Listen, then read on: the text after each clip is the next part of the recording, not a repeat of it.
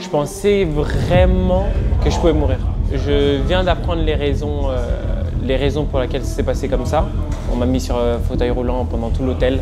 Au moment où on me demande de me lever, je vois plus rien, je vois noir. Je vais vous dire la vérité, je me souviens plus de rien. Parce que j'étais vu perdant, je crois que j'avais une cote à 4. J'entendais beaucoup de personnes dire qu'il était aussi fort qu'un top 10. Si je l'ai battu, je suis aussi fort que quoi? Il n'y a pas que Brito. On lui a mis que des bourbiers depuis qu'il est à l'UFC. Je vais leur donner du sang, mais toujours avec intelligence. On ne veut pas juste une victoire, on veut une victoire avant la fin. Donc je pense qu'ils veulent que je fasse dormir quelqu'un. Est-ce que c'est le plan pour le prochain combat? Ouais.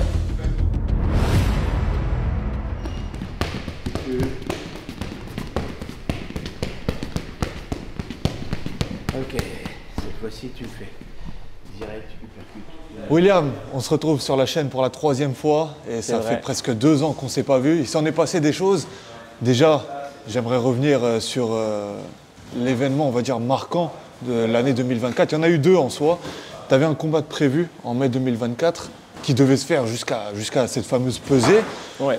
Avant même de parler de cette pesée, est-ce que la prépa s'était bien déroulée? Est-ce que tout s'était passé comme prévu? Tout s'était bien passé, j'étais super bien, pas loin du poids, explosif. Franchement, j'étais au top de ma forme. Arrive la Fight Week, t'arrives, on va dire, il y a la première phase de perte de poids sur le long terme, on va dire, avant le cutting. Tu arrives déjà à un poids qui est tout à fait normal pour toi, tu as l'habitude d'arriver à ce poids-là? Oui, bien sûr, il me restait que 1 kg à faire au cutting, donc 1 ou 2 kg, 1,5 kg je crois. Donc c'était super facile, super simple. Tu arrives quand même à bien descendre, à pas trop cutter en général. Ouais, exactement. Donc forcément, je souffre pas trop et j'arrive en forme. On arrive à cette pesée donc pour ton combat au mois de mai. On te voit arriver clairement sur la balance dans un état, je ne saurais même pas trop le qualifier, tu avais le regard limite vide. Tu sentais qu'il y avait quelque chose de différent d'habitude, que peut-être c'était plus Bien sûr, dur. je sentais qu'il y avait quelque chose de différent d'habitude puisque je perdais un peu conscience. Donc non, et puis en fait, il se trouve qu'actuellement, je viens d'apprendre les raisons pour lesquelles ça s'est passé comme ça. Parce que je ne savais pas exactement. Je me disais que c'était juste que là-bas, j'avais la tourista. Et en fait, c'était un tout. Parce que j'ai un traitement aussi pour ma maladie, qui est la myasthénie. Et en fait, ça peut jouer sur le nerveux, donc les crampes. Et ça peut jouer aussi, en gros, sur les reins, parce que ça crée des déchets dans les reins. Et du coup, c'est ce qui a fait que j'étais dans cet état, déshydraté, ça ne circulait plus. Du coup, je ne pouvais pas me réhydrater. Ils n'acceptaient pas la réhydratation. Et aussi mes crampes musculaires qui n'arrêtaient pas en fait. Donc ouais, c'est un tout, c'est un tout. Ce qui était étonnant pour nous et même pour les gens de l'UFC, c'est que tu combats dans la catégorie des poids plumes. Je crois que le poids officiel c'est 65,8, quelque chose comme ça, mais tu peux te peser à 66,2. 66,2, ils acceptent. Et tu arrives sur la balance, je crois, à 65 kg pile. Ouais. C'est plus d'1 kilo en dessous. Je ne sais même pas si c'est du déjà vu à l'UFC en tout cas. Du coup, qu'est-ce qui a fait que tu es descendu aussi bas? Est-ce que c'était pendant le cutting ou c'est lié justement? Non, c'est lié à ça. C'est lié à ça. J'ai vomi pendant tout le chemin. J'ai continué de me déshydrater. C'était un moment compliqué. C'était un moment compliqué. Je pensais vraiment que je pouvais mourir. C'était un moment compliqué. Voilà, j'ai vomi plusieurs fois sur le trajet. J'arrivais plus à marcher. On m'a mis sur fauteuil roulant pendant tout l'hôtel. Et je continuais de vomir pendant qu'on m'amenait à la pesée. J'ai l'impression que c'était interminable l'aller. Ensuite, j'arrive à la pesée. Au moment où on me demande de me lever, je vois plus rien. Je vois noir. Donc, je pensais vraiment que, je pensais que j'allais y passer à ce moment-là. Donc voilà, je suis content de pouvoir continuer ma carrière et d'être là aujourd'hui. Comme je disais, on te voit arriver à la pesée, tu te pèses, tu as limite du mal à descendre de la balance, tu fais un signe avec ta main, enfin, tu te rappelles de tout ça ou vraiment tu étais… Si, ça je l'ai revu et je sais pourquoi je l'ai fait, parce qu'en gros, on m'a demandé de remonter sur la balance pour prendre une photo. Et j'avais tout simplement pas la force de remonter sur la balance. Qu'est-ce qui se passe après? Est-ce qu'il y a quelqu'un qui vient te chercher direct, peut-être un gars de l'UFC, ils voient eux direct que t'es... Déjà, il y a Ben qui voulait monter avec moi, sauf qu'il ne pouvait pas parce qu'en gros, à la pesée officielle, tu ne peux pas, tu dois te présenter tout seul et monter. Donc c'est ce que j'ai réussi à faire, même si j'ai dû prendre mon courage à deux mains. Et quand je suis redescendu, je vais vous dire la vérité, hein, je ne me souviens plus de rien. Je me souviens juste que je me suis retrouvé dans une ambulance, qu'ils n'arrivaient pas à me réhydrater pendant plus d'1 heure parce que j'avais les veines qui étaient devenues trop petites. Du coup, ils m'ont mis à l'hôpital. Pareil, là-bas, ils ont galéré à peu près 1h30. Il y a un gars qui est arrivé et qui a trop fort, je ne sais pas comment il a fait ça. Il a réussi à commencer la réhydratation, à me perfuser. Et après, je commence à reprendre conscience et tout ça, et voilà. Après cette expérience difficile, est-ce que toi, ça a changé quelque chose dans ta façon de procéder ou même d'aborder les cuttings avec ta maladie, etc. Bien sûr, on a mis du temps à comprendre, mais du coup, tous mes traitements sont diminués. Genre, ils sont tous divisés par 3. Donc là, il n'y a plus vraiment de risque. On croise les doigts, mais normalement maintenant, ça va. Je perdais déjà bien le poids, donc ça, pour moi, ça ne change pas. Et voilà, on est prêt pour la suite. En tout cas, on a vu que quelques mois plus tard, tu étais bien en forme, tu as pris un adversaire. Concrètement, je pense que 99% des gens te voyaient perdant face à Brito, qui était limite dans le top 15, je crois, quelque chose comme ça. Ouais, j'entendais beaucoup de personnes dire qu'il était aussi fort qu'un top 10. Donc si je l'ai battu, je suis aussi fort que quoi. J'attends de savoir. Donc maintenant, l'UFC veut encore me tester. Voilà, j'ai un autre gars qui est arrivé, qui a mis 2 KO. Je suis prêt à passer les étapes. J'ai pas peur des étapes. J'ai pas peur de patienter et de passer par des gars forts et solides. Et ça me rendra plus prêt pour la suite. C'est tout.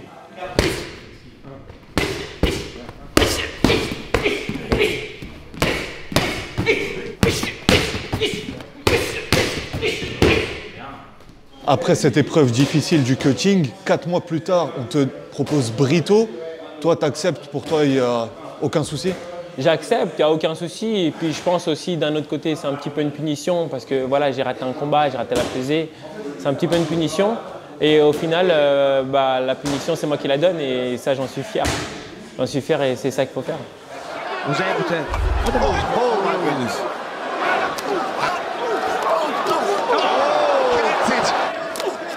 That kick is beautiful. Oh! At 10:50 a.m. Eastern on the strike. Will slowing down. Oh! William Jaguar!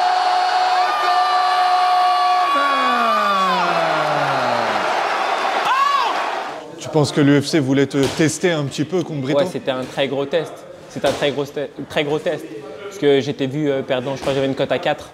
Donc voilà, c'est pour ça que j'ai dit parier vos maisons, parce que voilà, je savais que j'allais le faire. Là où presque tout le monde, pour ne pas dire tout le monde, te voyait perdant, ouais. Qu'est-ce qui faisait que toi, tu savais que tu pouvais le battre, ou que ce soit d'un point de vue vraiment stratégique ou d'un point de vue peut-être mental, qu'est-ce qui faisait que tu savais que tu pouvais le battre? Il y a le point de vue stratégique me dit que le gars est brutal et je connais ce genre de personnes et en gros mes timings et la vitesse que je mets dans mes esquives font que ces personnes-là ne peuvent pas m'atteindre et finissent par se jeter et prendre mes coups. Ça, je le savais. Et la deuxième chose, c'est qu'on ne peut pas me faire douter. On ne peut pas me faire douter. Il y a le monde entier qui peut dire que je vais perdre ou que je ne peux pas y arriver. J'ai jamais abandonné et ça n'arrivera pas maintenant. Oui, boum. Un trop kick genou. J'ai dit genou. Et voilà. Je fais comme si j'avais pas vu, tu vois. Comme si j'avais pas vu. Dans tous les cas, avec lui, c'est toujours la même chose. Quand je suis arrivé, la première chose que j'ai demandé, c'est que j'espère qu'elle n'a pas blessé le coach. Parce que comme c'est moi après, j'ai envie de m'entraîner aussi, tu vois. Regarde, c'est dur, lui. Un retrait, un. Pardon, je te jure, je croyais que t'étais plus lent. C'est pour ça que je t'ai dit, il faut le mettre prêt. Chaud, j'entends plus. J'entends plus de l'oreille gauche. Il a mis un coup de pied dans son oreille. Je croyais que j'étais plus long.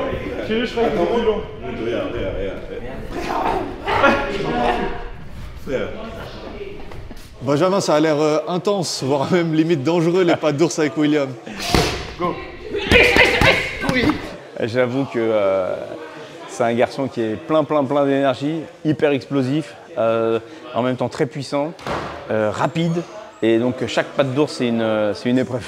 C'est une épreuve pour moi parce que, pas une épreuve au sens négatif, mais c'est un vrai challenge sportif même pour moi, quoi, parce que il faut que je sois alerte et voilà, on n'est pas à l'abri d'une petite balle perdue de temps en temps comme tu as pu y assister tout à l'heure. Au moins, ça veut dire qu'il est prêt, ou en tout cas qu'il est sur la bonne voie. C'est vraiment un garçon qui s'entraîne énormément. Il y a vraiment, il ne pense que travail. Et donc il prend chaque combat très au sérieux. Il est très bien préparé, il se prépare très bien. Et donc oui, là, il est vraiment affûté. Sur la dernière édition de l'UFC Paris, on lui a mis ce qu'on pouvait appeler un bourbier avec Brito. Qu'est-ce qui a fait que William a pu battre Brito là où tout le monde le voyait perdant? Déjà, il n'y a pas que Brito, hein. On lui a mis que des bourbiers depuis qu'il est à l'UFC. Il a eu que des adversaires extrêmement solides, hein. Marshall, qui de mémoire était quasiment invaincu aussi, ou une ou deux défaites qui étaient très solides. Là, Brito, il a pris vraiment des adversaires solides. Et il y a plusieurs choses qui font que ce garçon surprend. Premièrement, son histoire. Donc aujourd'hui, il est animé par une ambition et par une énergie hors du commun. Voilà, parce qu'il a une histoire aussi à lui et ça lui donne beaucoup de force. Et donc il est extrêmement déterminé et il a une énorme confiance en lui et un vrai mental. On a pu le voir, il lâche pas si facilement, que ce soit un étranglement ou autre chose. Donc ça déjà c'est une première partie de sa réussite parce qu'il ne faut pas l'oublier, le mental joue énormément. Et la deuxième partie, comme je le disais, c'est le travail. Il travaille non-stop, on travaille beaucoup, que ce soit toutes les phases, le lutte, le sol, le striking, on travaille. Lui travaille dans son coin aussi, de son côté. Les préparateurs physiques que nous avons, notamment Facel, qui est un excellent préparateur physique et qui met beaucoup d'énergie et qui prépare très bien nos athlètes. Donc il y a aussi tout ce cadre médical avec Asdin et on a tout cet entourage qui fait que les athlètes de façon générale et William sont bien pris en charge aussi. Qu'est-ce qui fait selon toi que tu étais, et même peut-être tu l'es encore, sous-estimé comme ça en France? En fait, tous ceux qui connaissent le MMA bien ne me sous-estiment plus parce qu'ils savent à quel point je suis technique. Et je pense que sans être prétentieux, je pense qu'on est très peu à avoir atteint ce niveau technique. Et ceux qui ne me connaissent pas, le truc c'est qu'ils peuvent se dire « Ah, c'est long », tu vois. Parce que je suis plutôt le gars qui va étudier l'adversaire, trouver les failles et piquer quand il faut. Et ils préfèrent le gars qui ne réfléchit pas beaucoup et qui va foncer dans la guerre et y aller, tu vois. Et je comprends, quand tu n'es pas un puriste, tu préfères qu'il y ait du sang. Donc dans tous les cas, je vais leur donner du sang. Mais toujours avec intelligence. Tu trouves qu'on le sous-estime encore, William? En fait, aujourd'hui, on lui met des adversaires très durs, sur lesquels il est très difficile de briller, mais il s'en sort très bien et il gagne. Je pense que depuis son dernier combat de Paris, il commence à être quand même respecté parce qu'il a fait une vraie performance. Et je pense que maintenant, il commence à être vraiment pris au sérieux et il va le prouver encore. Brito, on le sait, c'était quelqu'un d'assez sauvage, entre guillemets, qui allait te rentrer dedans, on le savait. Les gens pensaient justement que lorsqu'il allait te rentrer dedans, ça allait te mettre en danger, que tu n'allais pas pouvoir déployer ta technique de d'habitude. Tu as réussi quand même à rester dans ce que tu sais faire et même parfois, tu allais également à la guerre, tu as montré que tu pouvais lui répondre. Tu n'as pas vraiment été mis en danger dans ce combat, tu l'as senti comme ça?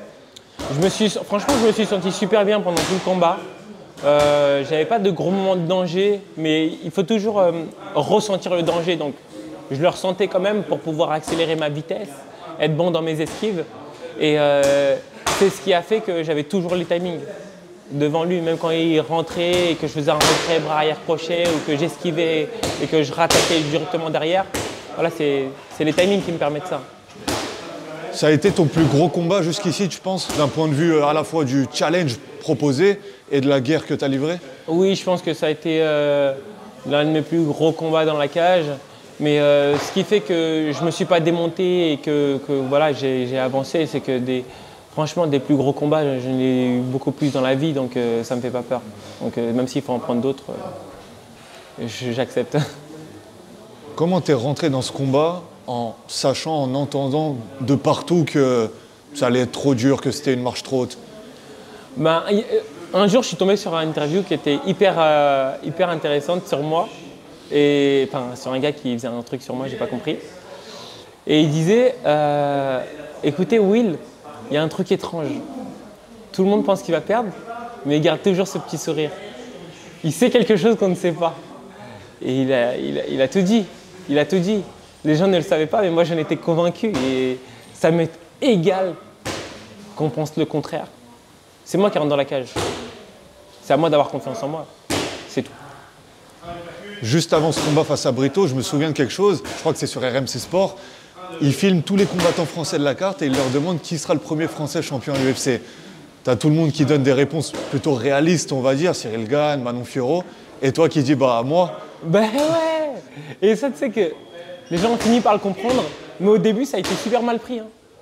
Ouais, pour qui il se prend, il y en a, ils disaient, etc. Ouais, enfin... alors que j'aurais dit ça aux États-Unis. Wow, my bro, you're right. Tu vois ce que je veux dire? Alors que tu dis un truc ici comme ça, montrer que tu as confiance en toi, ça peut être pris pour de la prétention. Alors que non, c'est du travail sur des années, du boulot, des sacrifices. Si je crois pas en moi, il n'y a personne qui va faire à ma place. Tu vois ce que je veux dire?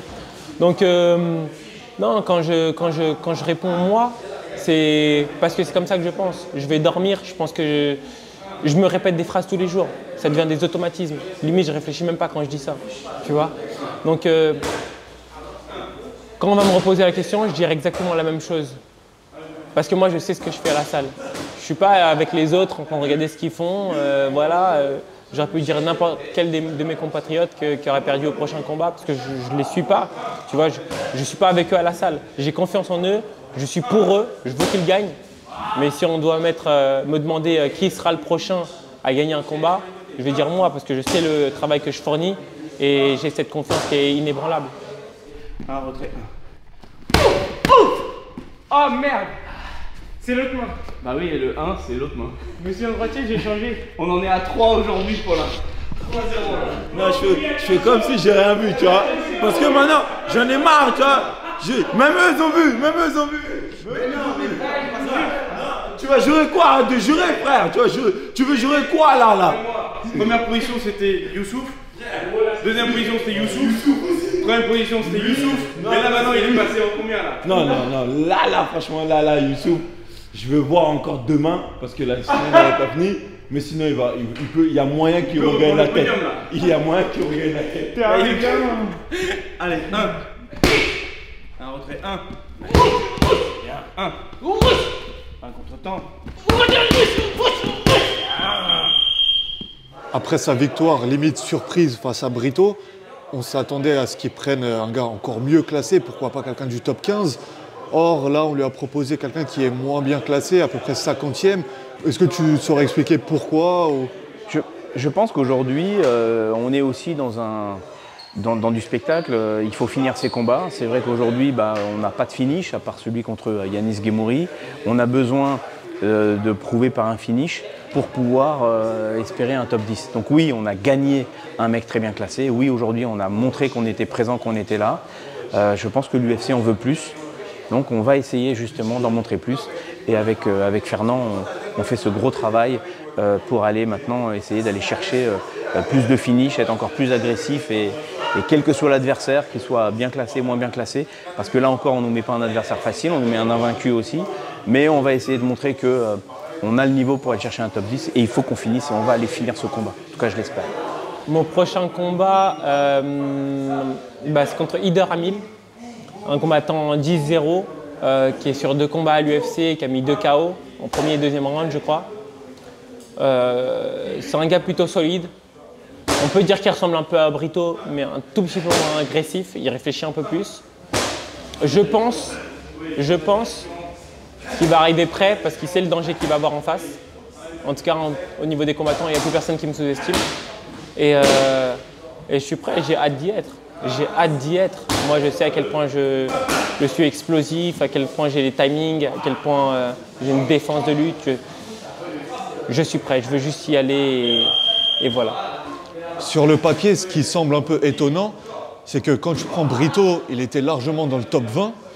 Et là, le gars que tu prends est à peu près 50e, je crois, quelque chose comme ça, mondialement classé. Est-ce que toi, tu comprends, enfin, comment ça peut s'expliquer ça? Je comprends. Je suis pas du genre à me plaindre, ouais, vous n'avez pas donné le top 15, c'est pas grave.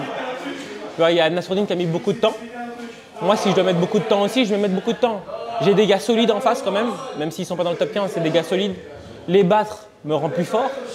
Donc, quand le moment sera venu, je serai prêt encore plus. Donc voilà, c'est le destin. Et puis, je suis croyant, donc je sais qu'il n'y a rien qui arrive par hasard.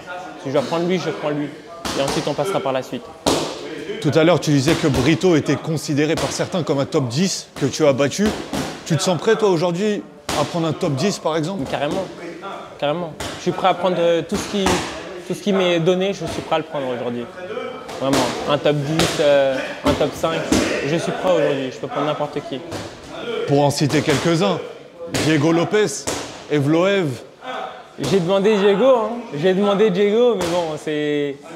Voilà, ils m'ont donné quelqu'un qui n'a rien à voir avec le top 15, donc c'est pas grave. On va encore prouver et on avance encore. Tu penses que l'UFC attend que tu prouves encore?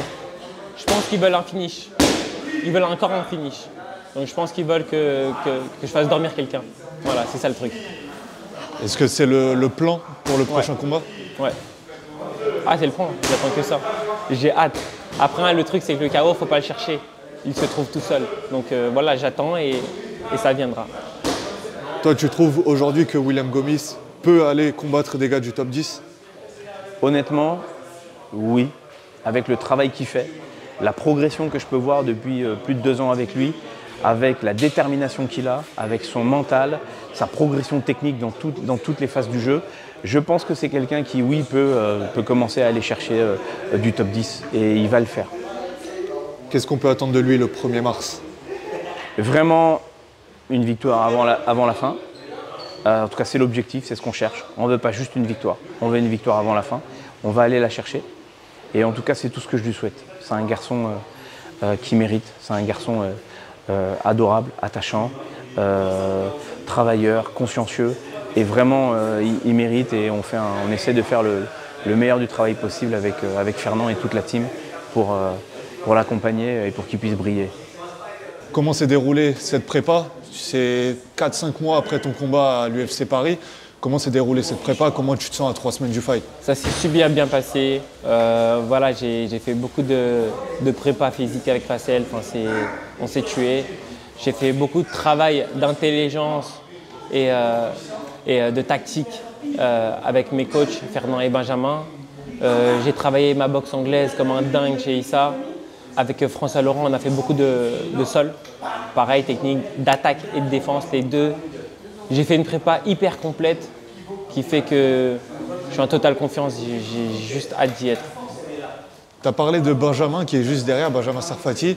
Tu l'as eu, il t'a pris au pas d'ours tout à l'heure. Très agressif au pas d'ours. Tu l'as touché 2-3 fois, le pauvre.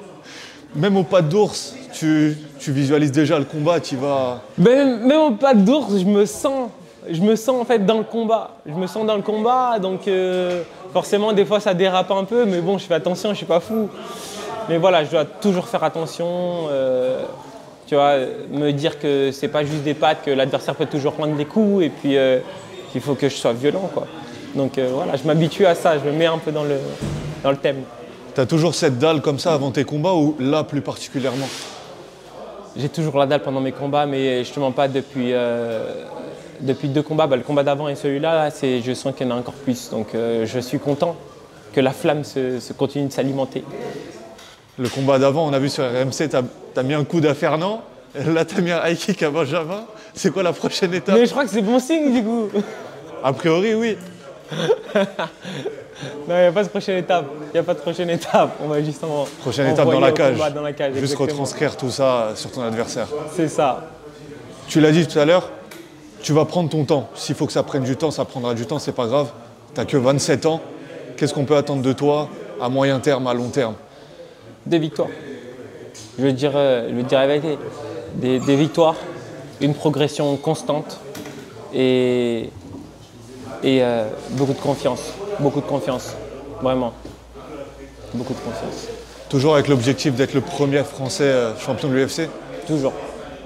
Toujours, c'est un objectif qui ne changera pas. Voilà, maintenant il y en a beaucoup qui prennent de l'avance, on a pas mal de top 2. C'est comme ça.